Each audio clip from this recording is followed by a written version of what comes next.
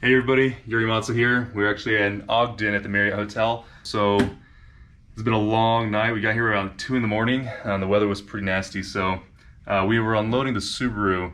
And when we were unloading the Subaru, because it was you can easily steal that bag, we found out that this exhaust was actually starting to burn a hole inside the bag.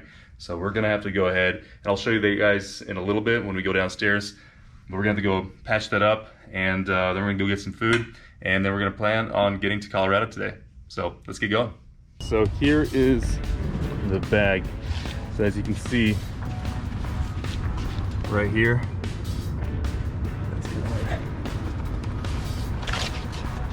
the bag started melting. Almost caught on fire.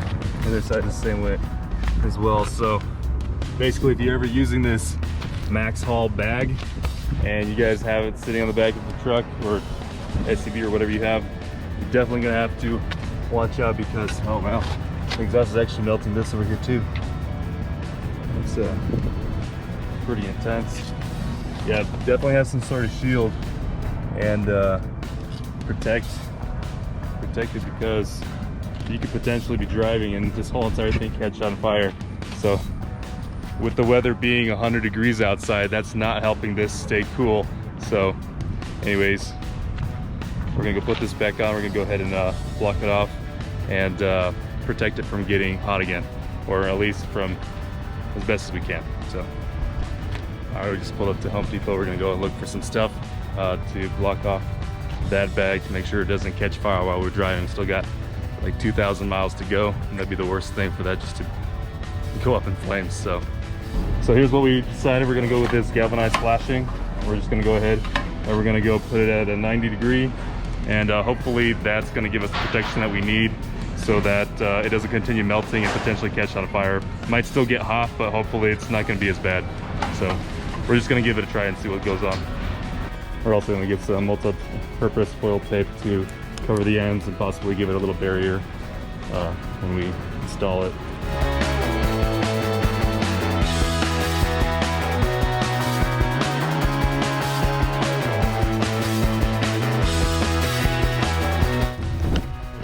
Up with, we just put the foil inside, put some foil on the side and in front, just to create a little air barrier in between, so hopefully this doesn't get so hot on both sides. So I hope that's gonna fix this issue and that we don't have to worry about it for the rest of the trip.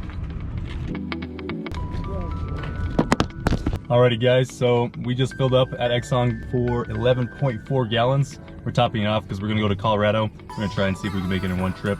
Probably not gonna happen actually, because it's 500 miles to the next destination, but got some sustenance at Chick-fil-A, and now we're headed and ready to go on the road.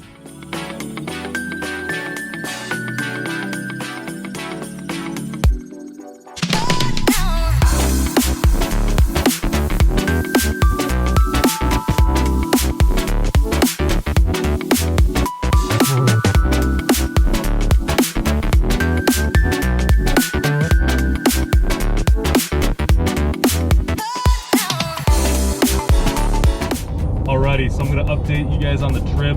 So far we've gone through Washington, Oregon, Idaho, Utah, and Wyoming. Moving on into Colorado here soon.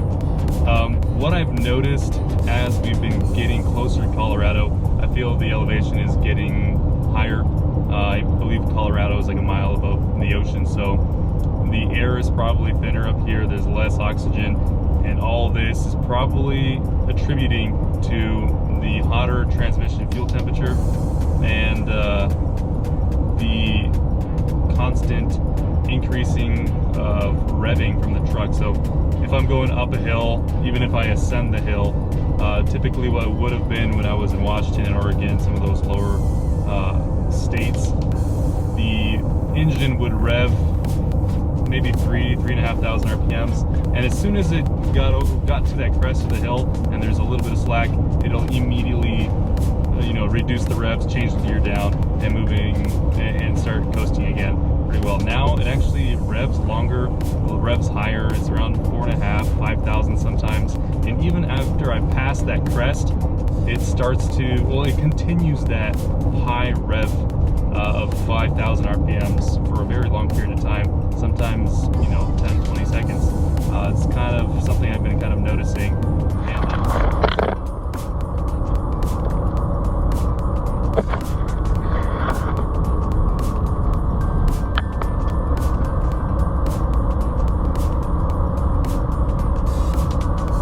We've now made it over the crest.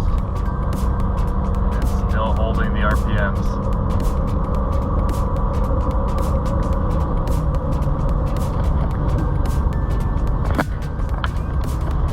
I don't know if that has anything to do with the elevation, with just the amount of time that we've already been spending driving. I think we're about 1,000 miles into this trip right now. So anybody who knows what could be the reasons for this, maybe down below in the comments, you can comment and say, hey, this is probably what's attributing to this, because I'd like to know. I really don't know, but it's just something that I've been noticing as I've been going further in the trip. I'm also using just regular drive, not the overdrive D4. I asked this around on the forums, and people have said from other experiences that the D4 actually would make the transmission run hotter. So I decided that I'm going to go ahead and try it just in regular drive and let the vehicle kind of figure out whatever it wants to do. I'll help it out if I see it's struggling, but it seems to be fine. It does run hot sometimes, but I think regardless, the transmission, when it's revving 5,000 RPMs up a hill, I mean, it's gonna warm up. So that's just something that I'm doing. And again, people might not agree with me that this is the right thing, but it's what I'm doing. Also, the speed that I've been doing for this trip, I originally started at 55 miles per hour because that was Honda's recommendation.